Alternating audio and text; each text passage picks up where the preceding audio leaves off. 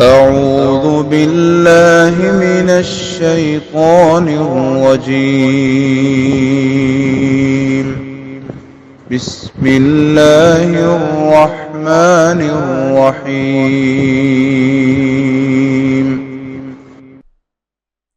السلام علیکم ورحمۃ اللہ وبرکاتہ۔ سورۃ الدخان آیت نمبر 17 سے 29۔ ان الحمد للہ والصلاة والسلام علی رسول اللہ اما بعد۔ اعوذ باللہ السمیع العلیم من الشیطان الرجیم من ہمزہ ونفخہ ونفثہ۔ وَلَقَدْ فَتَنَّا قَبْلَهُمْ قَوْمَ فِرْعَوْنَ وَجَاءَهُمْ رَسُولٌ كَرِيمٌ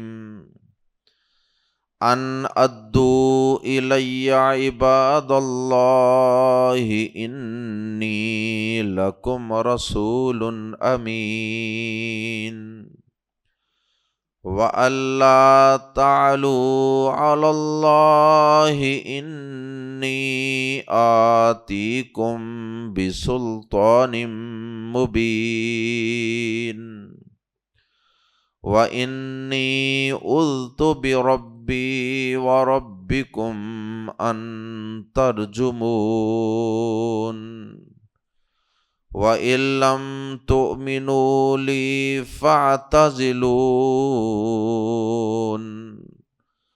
فَدَعَا رَبَّهُ أَنَّ هَٰؤُلَاءِ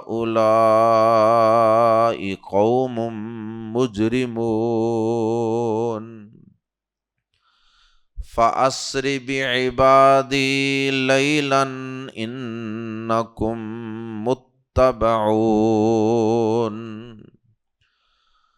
وَاتْرُكِ الْبَحْرَ رَهْوًا إِنَّهُمْ جُندٌ مُغْرَقُونَ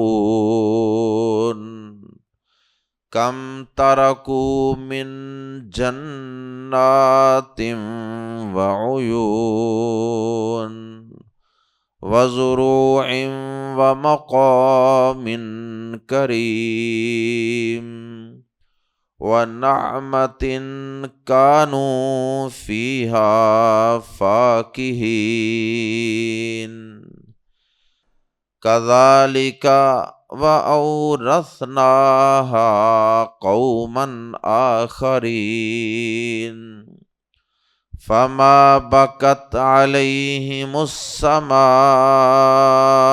وَالْأَرْضُ وَمَا كَانُوا مُنظَرِينَ۔ گزشتہ آیات میں مشرکین مکہ کو آزمانے کا تذکرہ تھا۔ اللہ رب العزت نے ان کی آزمائش کی ایک دمے کے ساتھ، اور جب اللہ پاک نے ان کی آزمائش کی تو انہوں نے کہا کہ اے نبی پاک صلی اللہ علیہ وسلم، اگرچہ وہ نبی صلی اللہ علیہ وسلم کو اللہ کا نبی رسول تو نہیں مانتے تھے، لیکن اس کے باوجود جب وہ مشکل میں پھنسے تو انہوں نے جا کر کہا کہ اے محمد صلی اللہ علیہ وسلم، اللہ سے دعا کیجئے کہ اللہ تعالیٰ اس دھویں کو اور اس قحط کو اور اس بھوک کو ہم سے دور کر دے۔ ہم آپ سے وعدہ کرتے ہیں کہ جوں ہی ہم سے یہ قحط سالی اور یہ دمے کی آزمائش اور یہ بھوک کی آزمائش دور ہوگی، ہم آپ پہ ایمان لے آئیں گے۔ لیکن جو ہی اللہ پاک نے وہ آزمائش دور کی، وہ دوبارہ اسی کفر پر قائم رہے اور ڈٹ گئے۔ اللہ رب العزت آیات زیر تفسیر میں فرماتے ہیں کہ یہ کافر مکہ والے، مکہ کے مشرکین جن کی ہم نے آزمائش کی تھی، یہ کوئی پہلے لوگ نہیں ہیں کہ جن کی ہم نے آزمائش کی، اور جو اللہ اور اس کے رسول سے وعدے کر کے پھر گئے، اس سے پہلے بھی کئی ایسی اقوام گزری ہیں۔ اور بطور مثال اللہ پاک نے ایک قوم فرعون کا تذکرہ کیا، فرمایا کہ ان سے قبل قوم فرعون نے بھی، جب ہم نے ان کی طرف ایک بڑے ہی پیارے اور بڑے شریف و نفس پیغمبر حضرت موسیٰ علیہ السلام کو بھیجا تھا، اور انہوں نے انہیں دن رات دعوت دی تھی کہ باز آ جاؤ، فرعونیت سے، خدائی کے دعووں سے باز آ جاؤ، تو انہوں نے اس وقت حضرت موسیٰ علیہ السلام کے ساتھ بھی اسی قسم کا معاملہ کیا تھا جو مکہ والوں نے جناب محمد الرسول اللہ صلی اللہ علیہ وسلم کے ساتھ کیا۔ قوم فرعون کی قوم کیا کرتے تھے؟ جب ان پر کوئی خوشحالی آتی تو وہ کہتے موسیٰ علیہ السلام سے کہ یہ ہمارا ہنر ہے، یہ ہمارا کمال ہے، یہ ہماری محنت ہے، یہ ہماری سائنس اور ٹیکنالوجی کا کمال ہے۔ اور جب کوئی مشکل وقت آتا تو اسے حضرت موسیٰ علیہ السلام کی نحوست قرار دے دیتے، نعوذ باللہ من ذالک، کہ یہ سب تمہاری وجہ سے ہے۔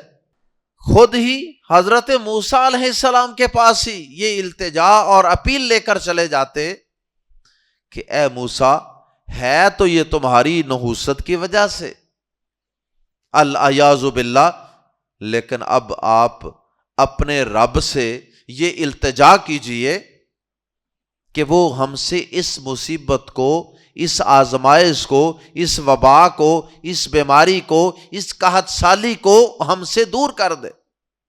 اور جو ہی یہ آزمائش ہم سے دور ہوگی، ہم آپ سے یہ وعدہ کرتے ہیں کہ ہم آپ پر ایمان بھی لے آئیں گے، اور دوسرا جو آپ ہمیں بار بار بنی اسرائیل کو آزاد کرنے کا کہتے ہیں، تو ہم بنی اسرائیل کو بھی آزاد کر کے تمہارے ساتھ بھیج دیں گے۔ یہ فرعونی حضرت موسیٰ علیہ السلام سے وعدے کرتے، لیکن جب موسیٰ علیہ السلام کی دعا سے وہ عذاب، وہ آزمائش ٹل جاتی، تو یہ فوراً اپنے عہد و پیمان سے اور اپنی بات سے پھر جاتے۔ اللہ اکبر۔ آخر ان کا انجام یہ ہوا کہ حضرت موسیٰ علیہ السلام کی بد دعا سے اللہ پاک نے اس قوم کو سمندر میں فرعون سمیت غرق کر دیا۔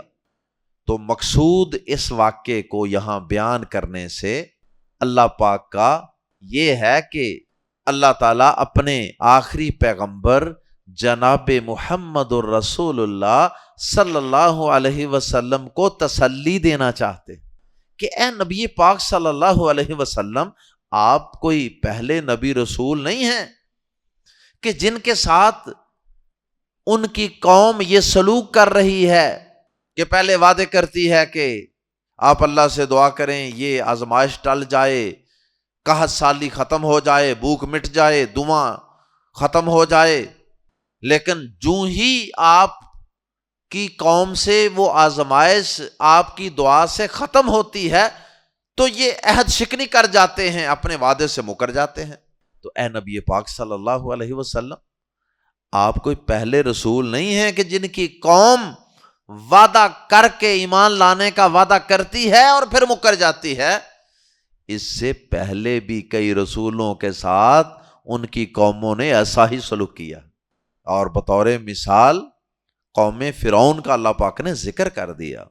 آئیے قرآن مجید کے الفاظ میں پڑھتے ہیں، قوم فرعون کا حضرت موسیٰ علیہ السلام کے ساتھ وعدہ، اور پھر اس کے بعد اس وعدے سے ان کا پھر جانا۔ یاد رہے کہ آیات زیر تفسیر میں جو اقوال موسیٰ علیہ السلام کے اللہ پاک نے یہاں نقل فرمائے ہیں، یہ کوئی ایک مجلس یا ایک دن کی باتیں نہیں ہیں، یہ ان کی لمبی زندگی جو انہوں نے اپنی قوم کو دعوت دے کر گزاری تھی، اس لمبی زندگی کے مختلف مراحل ہیں۔ اللہ پاک نے ان سب کو مختصر آؤٹ لائنز کی شکل میں اللہ پاک نے ہمارے سامنے بیان کر دی۔ خلاصہ اللہ پاک نے ہمارے سامنے بیان فرما دیا۔ آیت نمبر 17، وَلَقَدْ، اور بلا شبہ یقیناً، لقد میں 2 دفعہ یقین ہوتا ہے، ایک لام زبر لا میں اور ایک قد میں۔ وَلَقَدْ، اور بلا شبہ یقیناً، فتنا، ہم نے آزمایا، قبلہم، ان سے پہلے۔ کن سے پہلے؟ مکہ والوں سے پہلے، قوم فرعون، قوم فرعون کو، قبطیوں کو۔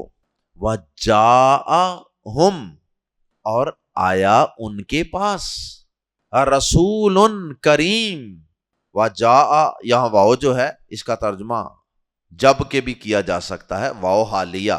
اور بلا شبہ یقیناً ان سے پہلے ہم نے قوم فرعون کو آزمایا، وَجَاءَهُمْ، جب کہ آیا ان کے پاس، رسول کریم، ایک باعزت رسول۔ کریم کہتے ہیں جو بڑا ہی نفیس ہو، بڑا ہی اعلیٰ اور شاندار ہو، پیارا، نفیس، عزت والا، نوبل میسنجر۔ وَجَاءَهُمْ رَسُولٌ کریم، حالانکہ ان کے پاس ایک بہت باعزت رسول آیا، ایک بڑا شریف و نفس رسول آیا، بڑا عظیم رسول آیا، موسیٰ علیہ السلام جیسا۔ اور کیا لے کر آیا؟ کیا دعوت لے کر آیا؟ کیا کہتا ہوا آیا؟ ان، یہ کہ، یہ کہتا ہوا آیا، ان، یہ کہ، ادو، لوٹا دو، حوالے کر دو، ان ادو، کے حوالے کر دو، الیہ، میرے، عباد اللہ، اللہ کے بندوں کو۔ اللہ کے بندے کون ہیں؟ بنی اسرائیل۔ تو حضرت موسیٰ علیہ السلام کو اللہ پاک نے 2 بڑے مقاصد دے کر بھیجا تھا۔ ایک مقصد تو وہی جو ہر نبی رسول کا ہوتا ہے، لوگوں کو اللہ کی عبادت پر لگانا، غیروں سے کاٹ کر اللہ سے جوڑنا، ایک اللہ کی توحید، ایک اللہ کی عبادت، اللہ کے دین سے جوڑنا، راہ ہدایت، صراط مستقیم دکھانا، عقیدے درست کرنا، اعمال درست کرنا۔ اور ایک دوسرا بہت بڑا جو آبجیکٹو اور مقصد تھا موسیٰ علیہ السلام کو بھیجنے کا، وہ تھی بنی اسرائیل کی فرعونیوں سے آزادی، کیونکہ وہ غلامی کی زندگی گزار رہے تھے، نبیوں رسولوں کی اولاد تھی، لیکن وہ لمبے عرصے سے غلامی کی زندگی گزار رہے تھے۔ تو اللہ پاک نے دوسرا بڑا مقصد یہ انہیں دے کر بھیجا تھا۔ تو اس لیے حضرت موسیٰ علیہ السلام انہیں یہ کہہ رہے ہیں، ان ادو، یہ کہ حوالے کر دو، الیہ، میرے۔ یہ الیہ اصل میں کیا ہے؟ الہ، طرف، جمع یا، میرے، الہ یا میری طرف، یعنی 2 یا اکٹھی ہو گئی تو شد لگا دی گئی، الہ یا کی بجائے الیہ، میری طرف، یعنی میرے حوالے۔ ان ادو الیہ عباد اللہ، یہ کہ اللہ کے بندوں کو میرے حوالے کر دو۔ اور اللہ کے بندوں سے مراد بنی اسرائیل، کیونکہ تم نے انہیں غلام بنا رکھا ہے، انہیں میں تمہاری غلامی سے نکال کر اللہ کی غلامی میں دینا چاہتا ہوں، میرے حوالے کرو، میں تمہاری غلامی سے نکال کر انہیں اللہ کی غلامی میں دینا چاہتا ہوں۔ اور صحابہ کرام رضوان اللہ علیہم اجمعین بھی میدان جہاد میں یہی نعرہ لگایا کرتے تھے اور یہی اپنا مقصد بیان کیا کرتے تھے، یہی ماٹو لوگوں کے سامنے بیان کیا کرتے تھے۔ جیسا کہ جنگ قادسیہ کے موقع پہ ایک صحابی ہیں حضرت ربی بن عامر رضی اللہ تعالیٰ عنہ، تو ان سے جب یہ پوچھا گیا ما جاء بکم، کہ بھائی تمہیں کون سی چیز یہاں لے کر آئی ہے اس جہاد کے لیے، لڑائی کے لیے میدان میں، کس چیز نے تمہیں ابارا ہے؟ اپنا گھر بار بیوی بچے چھوڑ کے یہاں آگے ہو لڑنے کے لیے آ گئے ہو، مارنے اور شہید ہونے کے لیے آ گئے؟ تو انہوں نے چند باتیں بیان کی تھی، اور ان باتوں میں سے پہلی بات یہ تھی لِنُخْرِجَ مَنْ شَاءَ مِنْ عِبَادَةِ الْعِبَادِ إِلَىٰ عِبَادَةِ اللَّهِ، ہم اس راہ جہاد کے راہی اس لیے بنے ہیں، ہم اپنی جانوں کو ہتھیلیوں پہ رکھ کے میدان کارزار میں اس لیے نکلے ہیں تاکہ اللہ کے بندوں کو بندوں کی غلامیوں سے نکال کر اللہ کی غلامیوں میں دے سکیں۔ اس وقت بندوں کی غلامیاں کر رہے ہیں نا، بندوں نے انہیں اپنے غلام بنایا ہوا ہے، یہ بندوں کے سامنے سجدہ ریز ہوئے بیٹھے ہیں، تو ہم ان کو آزاد کرنا چاہتے ہیں، اور ان کو آزاد کر کے صرف ایک اللہ کے بندے بنانا چاہتے ہیں، ایک اللہ کے سامنے جھکنے والے بنانا چاہتے ہیں۔ اب فرعون نے بھی تو یہی کام کیا ہوا تھا، ساری قوم بنی اسرائیل کو اپنے آگے جھکایا ہوا تھا، اپنے غلام بنایا ہوا تھا، ان کی سوچوں پر پہرے بٹھائے ہوئے تھے، نہ سوچنے کی آزادی، نہ عبادت کی آزادی، نہ کوئی کام کاج کرنے کی آزادی۔ تو گویا کہ اسلام انسانیت کا سب سے بڑا محسن ہے کہ یہ جہاد کی تلوار کے ذریعے سے ایسے بڑے بڑے فرعونوں کی گردنوں کو کاٹتا ہے جو انسانوں کے اوپر ظلم کرتے ہیں اور انسانوں کو اپنے غلام بنا کر رکھتے ہیں۔ تو حضرت موسیٰ علیہ السلام نے کہا ان ادو الی عباد اللہ، یہ کہ اللہ کے بندوں کو میرے حوالے کر دو۔ اور بھی اس کی تفسیریں کی گئی ہیں اس جملے کی، بہرحال ایک سب سے جو مشہور و معروف تفسیر ہے وہ میں نے آپ کے سامنے عرض کر دی، انی لکم، بے شک میں تمہارے لیے رسول امین، ایک امانت دار رسول ہوں، رسول امین، امانت دار رسول، ٹرسٹ وردی میسنجر، یعنی میں تمہارے سامنے جو بات رکھتا ہوں وہ اپنی طرف سے کوئی بات نہیں رکھتا، وہ اللہ کی طرف سے آنے والا پیغام ہے، اور اس میں اپنی طرف سے کسی قسم کی کوئی کمی بیشی نہیں کرتا، کوئی خیانت نہیں کرتا، تو پوری امانت داری کے ساتھ اللہ کا پیغام تم تک پہنچاتا ہوں، بس انی لکم رسول امین، میں بے شک میں تمہارے لیے ایک امانت دار رسول ہوں۔ اللہ نے مجھے یہ مشن اور مقصد دے کر بھیجا ہے کہ میں تمہیں اس کا دین اور اس کی توحید بھی سکھاؤں، اور میں بنی اسرائیل کو تمہاری غلامی سے نکال کر اللہ کی غلامی میں دوں۔ اس میں کسی قسم کی کوئی خیانت نہیں ہے، یہ میرا کوئی اپنا بناوٹی مشن نہیں ہے، یہ اللہ کا عطا کردہ ہے۔ وَأَلَّا تَعْلُوا، وَأَن، اور کہ لا تعلو، نہ سرکشی کرو، علوّن ہوتی ہے نا بلندی، وَأَلَّا تَعْلُوا، اور یہ کہ نہ سرکشی کرو، یعنی اونچے مت بنو، اللہ، اللہ کے مقابلے میں، اور یہ کہ اللہ کے سامنے، اللہ کے مقابلے میں اونچے مت بنو، یعنی اللہ کے سامنے سرکشی نہ کرو، کیونکہ تمہارا مجھ پر ایمان نہ لانا یہ در حقیقت اللہ کے سامنے سرکشی کرنے کے مترادف، کیونکہ مجھے کس نے بھیجا ہے؟ مجھے اللہ نے بھیجا ہے نا، تو مجھے ٹھکرا دینا اور میری تکذیب کر دینا یہ در حقیقت اللہ کی بات کی تکذیب ہے، اور یہ اللہ کی بات کے سامنے سرکشی کرنا اور اپنے آپ کو اونچا سمجھنا اور بنانا، اللہ کے سامنے اپنے آپ کو اونچا سمجھنے اور بنانے کے مترادف۔ اور پھر اس کا ایک مطلب یہ بھی ہے، کیونکہ پچھلی آیت میں یہ کہا کہ اللہ کے بندوں کو میرے حوالے کر دو، اگلی آیت میں کہا وَأَلَّا تَعْلُوا عَلَى اللَّهِ، اور یہ کہ اللہ کے مقابلے میں سرکشی نہ کرو، یعنی اللہ کے بندوں کو جو تمہارے جیسے ہیں ان کو اپنے غلام بنا کر سرکشی نہ کرو، وہ اللہ کے بندے ہیں، ان کو اللہ کے بندے ہی رہنے دو۔ تو ان کو یعنی اللہ کے بندوں کو اپنا غلام بنا کر اللہ کے مقابلے میں تم نے گویا کہ سرکشی اختیار کر رکھی، اللہ سے مقابلے بازی کر رہے ہو۔ یہ سرکشی چھوڑ دو اور انہیں آزاد کر دو، یہ اللہ کی عبادت کریں اور اللہ کی غلامی کریں۔ انی بے شک میں آتی لانے والا ہوں، کم تمہارے پاس، بھی حرف جار ہے، پریپوزیشن کو، کس چیز کو لانے والا ہوں؟ سلطان مبین، واضح دلیل۔ سلطان مبین اگرچہ واحد لفظ ہے لیکن یہ اس میں جنس ہے، مراد صرف ایک واضح دلیل نہیں ہے، پوری جنس ہے واضح دلیل، یعنی جتنے بھی موسیٰ علیہ السلام پہ معجزات اللہ پاک نے نازل فرمائے وہ سارے معجزات مراد ہیں۔ انی آتیکم بسلطان مبین، بے شک میں تمہارے پاس واضح دلیل لانے والا ہوں۔ وَإِنِّي، اور پھر موسیٰ علیہ السلام نے وقتاً فوقتاً کئی معجزات ان کو دکھائے۔ وَإِنِّي اُذْتُ، اور بے شک میں، اُذْتُ میں پناہ پکڑتا ہوں، جس طرح ہم اعوذ کہتے ہیں نا، اعوذ باللہ، اعوذ کا معنی بھی میں پناہ پکڑتا ہوں، اور اُذْتُ کا معنی بھی میں پناہ پکڑتا ہوں۔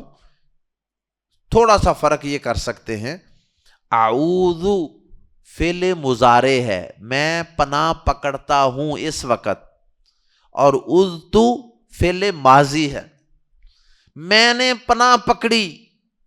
وَإِنِّي اذت، اور بے شک میں پناہ پکڑ چکا ہوں، یعنی حفاظت میں آ چکا ہوں، بی ربی، اپنے رب کی، وَرَبِّكُمْ، اور تمہارے رب کی، بے شک میں اپنے اور تمہارے پروردگار کی پناہ پکڑتا ہوں۔ وہ رب صرف میرا ہی نہیں ہے، تمہارا بھی رب وہی ہے۔ کس چیز سے پناہ پکڑتا ہوں؟ کس چیز سے میں اس کی حفاظت میں آتا ہوں؟ ان ترجمونی، آخر سے چھوٹی یا حذف ہو گئی ہے لیکن نون کے نیچے زیر باقی ہے جو بتا رہی ہے کہ آخر سے چھوٹی یا حذف ہے۔ ان ترجمونی، کہ تم مجھے رجم کر دو، کہ تم مجھے سنگسار کر دو۔ یہ ابتدائی دور کی بات نہیں ہے، یہ آگے چل کے موسیٰ علیہ السلام جب کافی دیر فرعون سے گفت و شنید کرتے رہے، دعوت پیش کرتے رہے، بالآخر فرعون نے موسیٰ علیہ السلام کو قتل کرنے کا ارادہ کر لیا۔ موسیٰ علیہ السلام کو پتہ چلا، ایک مرد مومن نے بتایا کہ تمہیں وہ سنگسار کرنا چاہتا ہے، قتل کرنا چاہتا ہے فرعون۔ موسیٰ علیہ السلام نے اس وقت فوراً اللہ کی پناہ پکڑ لی، فوراً اللہ سے سیکیورٹی مانگ لی۔ وَإِنِّي عُذْتُ بِرَبِّي وَرَبِّكُمْ أَن تَرْجُمُونَ، اور بے شک میں اپنے رب اور تمہارے رب کی پناہ پکڑتا ہوں اس سے کہ تم مجھے سنگسار کر دو۔ اگر میں اللہ کی پناہ میں آ جاؤں گا تم میرا بال بیکا نہیں کر سکتے۔ قتل کرنا، سنگسار کرنا، پتھر مار مار کے ہلاک کرنا تو بڑی دور کی بات۔ سورہ مومن میں اس بات کی پوری تفصیل موجود ہے، فرعون کے حضرت موسیٰ علیہ السلام کو قتل کرنے کا اعلان اور موسیٰ علیہ السلام کی دعا اور اللہ کی پناہ میں جانے کا مفصل تذکرہ وہاں موجود ہے۔ وَإِن لَّمْ تُؤْمِنُوا، اور اگر تم ایمان نہیں لاتے، اور اگر تم ایمان نہیں لاتے یا بات نہیں مانتے، لی میری، اور اگر تم میری بات نہیں مانتے یا مجھ پر ایمان نہیں لاتے، فَاعْتَزِلُونَ، اب درمیان میں ایک لمبا وقت، لمبا قصہ ان کی زندگی کا اس کو حذف کر دیا گیا ہے۔ اللہ اکبر۔ موسیٰ علیہ السلام کئی طرح کی آزمائشوں سے گزرے اور کئی قصے واقعات درمیان سے حذف کر دیے گئے۔ یہ آخری ان کی عمر کا ایک واقعہ بیان کیا جا رہا، اور وہ کون سا واقعہ ہے؟ جب بنی اسرائیل پر وہ بے پناہ مظالم ڈھاتا رہا اور کسی طرح بھی وہ ان کو آزاد کرنے کے لیے تیار نہیں تھا، اور نہ ہی وہ ایمان لانے کے لیے تیار تھا فرعون اور نہ ہی اس کی قوم۔ البتہ چند لوگ جادوگر اور چند لوگ ایمان لائے، تو بڑے معجزات بھی دکھائے موسیٰ علیہ السلام نے، جادوگروں کو بھی شکست دی، اور اسی طرح کئی طریقوں سے اللہ پاک نے ان کو آزمایا بھی، اور پھر یہ وعدہ بھی کرتے کہ ہم ایمان لے آئیں گے، اللہ سے دعا کرو کہ یہ آزمائش دور ہو جائے، ہم تم پر ایمان لے آئیں گے، بنی اسرائیل کو بھی آزاد کر دیں، لیکن بعد میں مکر جاتے، عہد شکنی کر دیتے۔ تو یہ سارا وقت گزرتا رہا، پورے سارے قصے کا انجام آخر میں جو ہوا اس کا تذکرہ اللہ نے یہاں فرمایا، وَإِن لَّمْ تُؤْمِنُوا، اور اگر تم بات نہیں مانتے لی میری، یا ترجمہ کر سکتے ہیں اور اگر تم مجھ پر ایمان نہیں لاتے، فَاعْتَزِلُونَ، یہاں بھی آخر سے چھوٹی یا حذف ہے، اور نون کے نیچے زیر بتا رہی ہے کہ آخر سے چھوٹی یا حذف ہے، اصل میں تھا فَاعْتَزِلُونِی، پس مجھ سے الگ ہو جاؤ، مجھ سے الگ رہو، ازل کا معنی ہوتا ہے الگ ہو جانا، فَاعْتَزِلُونَ، پس مجھ سے الگ رہو، لیو می alone، مطلب یہ ہے کہ مجھے پھر میرے حال پہ چھوڑ دو، مجھے نہ چھیڑو، میرے کام میں ٹانگ نہ اڑاؤ۔ جس طرح ہمارے نبی پاک صلی اللہ علیہ وسلم نے کہا تھا نا، لکم دینکم ولی دین، تمہارے لیے تمہارا دین، میرے لیے میرا دین، جاؤ اپنا کام کرو، تم بھی انتظار کرو ہم بھی انتظار کرتے۔ یہ اس قسم کی بات ہے، وَإِن لَّمْ تُؤْمِنُوا لِي فَاعْتَزِلُونَ، اور اگر تم میری بات نہیں مانتے تو مجھ سے الگ رہو، الگ ہو جاؤ، بس ختم۔ اب اللہ تعالیٰ سے موسیٰ علیہ السلام نے ان کے لیے بد دعا کی، فَدَعَا رَبَّهُ، فا تو یا پس، دعا اس نے دعا کی، اور ربہ کس سے؟ اپنے رب سے، فدعا ربہ، آخر اس نے اپنے رب کو پکارا۔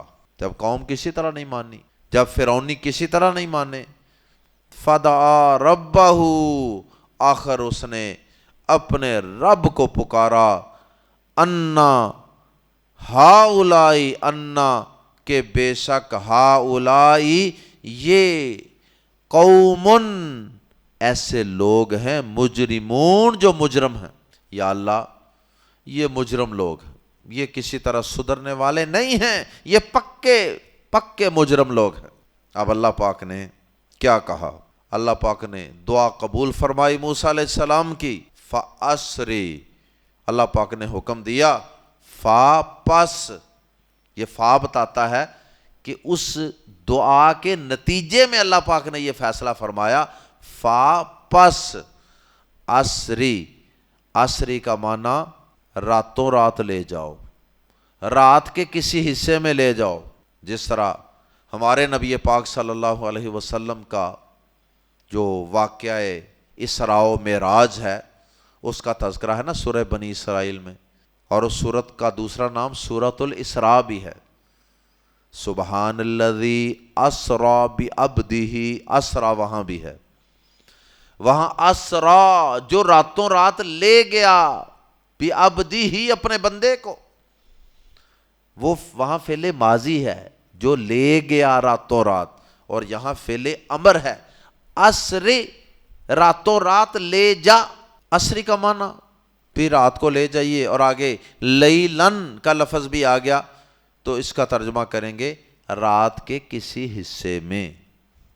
فَأَسْرِ بِعِبَادِي، پس میرے بندوں کو لے جائیے، لیلن رات کے ایک حصے میں، تاکید کے لیے سمجھ لیں کہ لیلن دوبارہ آ گیا، فَأَسْرِ بِعِبَادِي لیلن، پس میرے بندوں کو رات کے کسی حصے میں لے جائیے۔ کون سے بندوں کو؟ جو چند آپ پر ایمان لائے، چند وہ جو جادوگر تھے، سابقہ جادوگر، اور چند لوگ جو انگلیوں پہ گنے جانے والے.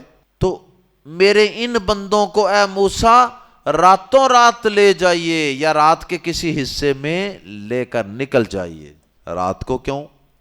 ہمارے نبی پاک صلی اللہ علیہ وسلم کو بھی اللہ پاک نے ہجرت کا حکم دیا تو رات کو نکلنے کا حکم دیا. کیونکہ یہ جو دشمن ہوتے ہیں نا کافر، یہ دن کے وقت اگر اعلانیہ نکلیں تو یہ دن کے وقت بھی ظالم نہیں نکلنے دیتے، یہ وطن چھوڑنے بھی نہیں دیتے. ہجرت کرتے وقت بھی ان کو تکلیف ہوتی ہے کہ یہ اب کہیں اور جا رہا ہے، یہ وہاں جا کر لوگوں کو دعوت دے گا، تو نقصان پہنچاتے ہیں. تو چپکے سے لے چلیے تاکہ فرعون کو تمہارے نکلنے کی خبر نہ ہو اور وہ تمہارا کوئی نقصان نہ کرے. تو تم پوری احتیاط کے ساتھ ہجرت کا یہ سفر شروع کرو اور جاری رکھو. پس میرے بندوں کو رات کے کسی حصے میں لے جائیے. انکم بے شک تم متبعون پیچھا کیے جانے والے ہو. یہ اسم المفعول ہے. متبعون اتباع کرنے والے، پیروی کرنے والے، اور متبعون با پر زبر آ گئی تو متبعون جن کی پیروی کی جائے، جن کا پیچھا کیا جائے. انکم متبعون بے شک تم پیچھا کیے جانے والے ہو. یعنی فرعون اور اس کا لاؤ لشکر وہ تمہارا اے موسیٰ علیہ السلام پیچھا کریں گے، تمہارا پیچھا ضرور کریں گے، تعاقب ضرور کریں گے، پرسو کریں گے، جان نہیں چھوڑیں گے آپ کی. کفر اسلام کا اور ایمان والوں کا آخری حد تک پیچھا کرتا ہے، اتنے یہ خوف زدہ ہوتے ہیں. وَاتْرُكِ الْبَحْرَ، اور یہاں بھی قصے کا کچھ حصہ حذف کر دیا گیا ہے جو خود بخود سمجھ میں آ رہا ہے، اور وہ کیا ہے جس کی وضاحت قرآن مجید میں دوسرے مقامات پہ موجود ہے، سورہ شعراء وغیرہ میں، سورہ طٰہٰ وغیرہ میں. اور وہ حصہ جو حذف کیا گیا ہے وہ کیا ہے؟ موسیٰ علیہ السلام جب لے کر ایمان والوں کو وہاں سے نکلے مصر سے، اب آگے آ گیا دریا. تو اللہ پاک نے موسیٰ علیہ السلام سے کہا اے موسیٰ آپ کو ہم نے لاٹھی عطا کی ہے نا، عصا، اس کو اس پانی پر ماریے. جب پانی پہ مارا تو اللہ پاک نے پانی کو دونوں سائیڈوں پہ اوپر چڑھا کے درمیان میں خشک رستہ بنا دیا. جب رستہ بن گیا سمندر پھٹ گیا تو موسیٰ علیہ السلام اور بنی اسرائیل اور جو چاندی مان والے تھے وہ خیریت سے وہاں سے گزر گئے. جب گزر گئے تو اس کے بعد اللہ پاک نے یہ حکم دیا وَاتْرُكِ الْبَحْرَ، اور چھوڑ دیجئے اے موسیٰ علیہ السلام، چھوڑ دیجئے البحر سمندر کو، رہون ٹھہرا ہوا، سٹلنس. یعنی موسیٰ علیہ السلام جب دریا کو کراس کر گئے ہوں گے نا، پیچھے مڑ کے دیکھا تو اب تھوڑا سا موسیٰ علیہ السلام نے سوچا ہوگا کہ اب کیا کرنا ہے. یہ جو پانی لاٹھی مار کر اوپر کو اللہ پاک نے، یہ جو پانی میرے اللہ تعالیٰ نے لاٹھی مروائی اور اللہ پاک نے معجزانہ طور پہ پانی اوپر چڑھا دیا، اب اس پانی کا کیا بننا ہے؟ کیا مجھے کچھ دوبارہ اس پانی کو نیچے کرنے کے لیے کچھ کرنا پڑے گا؟ کچھ اس طرح کا ممکن ہے خیال آیا ہو، جس کے جواب میں اللہ پاک نے کہا وَاتْرُكِ الْبَحْرَ، اور چھوڑ دیجئے سمندر کو، رہون اپنے حال پر ٹھہرا ہوا، رہون اپنے حال پر ٹھہرا ہوا، سٹلنس جس حال میں ہے نا اے موسیٰ اس کو اسی حالت میں ٹھہرا ہوا چھوڑ دیجئے. ابھی آپ کو نہیں پتا ہم کیا کرنے والے. انہم بے شک وہ جندن ایسا لشکر ہیں، مغرقون جو غرق کیے جانے والے ہیں. ابھی وہ پیچھے آ رہے ہیں نا، ابھی ان کو دریا کے اندر انٹر تو ہو لینے دو، پھر دیکھیے ہماری قدرت اور ہمارا انتقام اور ان کا انجام. اور ایسا ہی ہوا، جب وہ اندر پہنچے تو اللہ پاک نے پانی کو حکم دیا اور دریا کا پانی دوبارہ چلنے لگا، اور ساتھ ہی سب فرعونی غرق ہو گئے. اب اللہ پاک نے تبصرہ فرمایا کم تارکو، کتنے ہی چھوڑ گئے وہ، من جنات باغات وعیون، اور چشمے. اس مصر میں کتنے ہم نے ان کو باغات دیے تھے، کتنے چشمے دیے تھے، وہ سب چھوڑ گئے. وَزُرُوءٍ، زر ان کی جمع، اور کھیتیاں، وَمَقَامٍ کریم، اور عمدہ مقامات، بڑے بڑے عالی شان مقامات تھے مصر میں جو ہم نے انہیں عطا کیے تھے، یہ سب نعمتیں تھیں نا۔ وَنَعْمَةٍ اور خوشحالی، وَنَعْمَةٍ اور خوشحالی، کانو تھے وہ، فیہا جن میں، فاکہین مزے اڑانے والے، اور خوشحالی جن میں وہ مزے اڑانے والے تھے، ان ساری چیزوں میں وہ مزے اڑاتے تھے، لیکن انہوں نے اللہ تعالیٰ کا شکر ادا نہیں کیا، اللہ کے آگے جھکے نہیں ہیں، بلکہ اڑے رہے، ڈٹے رہے، تکبر کیا، سرکشی کی، اللہ کی اور اللہ کے رسول کی ایک نہ مانی۔ فرمایا کذالک، اسی طرح ہی ہوا، بالکل ایگزیکٹ جو واقعہ ہم نے آپ کو سنایا ہے نا، اللہ پاک فرماتے ہیں کذالک، بالکل ایسے ایسے ہی ہوا تھا۔ وَأَوْرَثْنَا اور ہم نے وارث بنا دیا، ہاں ان کا، وہ جو جن نعمتوں کا پیچھے ذکر ہوا ہے نا، باغات کا، چشموں کا، کھیتیوں کا، اور عمدہ مقامات کا، اور خوشحالیوں کا، فرمایا وَأَوْرَثْنَاهَا اور ہم نے وارث بنا دیا ان کا، قوماً آخرین اور لوگوں کو۔ کون لوگ تھے وہ؟ بنی اسرائیل، ہم نے انہیں ان کا وارث بنا دیا۔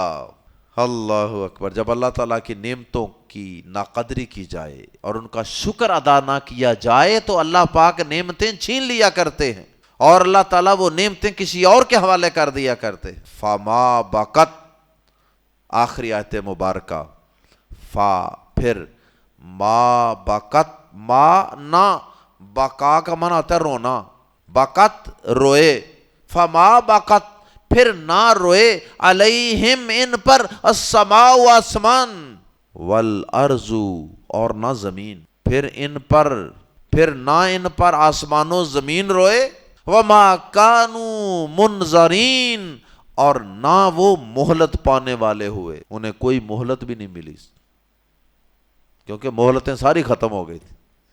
جب اللہ نے عذاب کا فیصلہ کر لیا پھر اس کے بعد کوئی مہلت نہیں، اور ان پر زمین و آسمان کوئی بھی نہیں رویا۔ ایک تو یہ محاورہ ہے عرف میں کہ عرب یہ سمجھتے تھے کہ جب کوئی بڑا شخص فوت ہوتا ہے تو زمین و آسمان روتے ہیں اس کی جدائی پہ یا اس کے جانے پہ، تو اس محاورے کے مطابق اللہ پاک نے یہ کہہ دیا کہ اپنے آپ کو خدا کہلوانے والے، خدائی کے دعوے کرنے والے، وہ غرق ہو گئے، ڈوب گئے، ہلاک ہو گئے، نہ زمین روئی نہ آسمان رویا۔ یا اس کا مطلب یہ ہے نہ آسمان رویا نہ زمین روئی، کا مطلب یہ بھی ہو سکتا ہے کہ نہ زمین والے روئے نہ آسمان والے روئے، نہ آسمان پہ رہنے والی مخلوقات، فرشتے وغیرہ، ان میں سے کسی کو رونا آیا ان ظالموں اور سرکشوں کے ہلاک ہونے پر، اور نہ زمین والوں میں سے کسی کو رونا آیا۔ رونا کیسے آتا؟ ظالموں، باغیوں، سرکشوں کے جانے پر، سرکش لوگوں کے جانے پر تو لوگ خوش ہوتے، ایسے لوگوں کے، ظالموں کے جانے پر لوگ رویا نہیں کرتے۔ اللہ تعالی ہم سب کو انبیاء کرام کی اطاعت اور فرما برداری کرنے کی توفیق عطا فرمائے۔ اللہ ہم سب کو عاجزی کرنے والا بنا دے۔ اللہ تعالی ہر قسم کی سرکشی سے، بغاوت سے، نافرمانی سے اور تکبر سے، ناشکری سے اپنی پناہ میں رکھے۔ سبحانک اللہم و بحمدک، اشہد ان لا الہ الا انت، استغفرک و اتوب الیک۔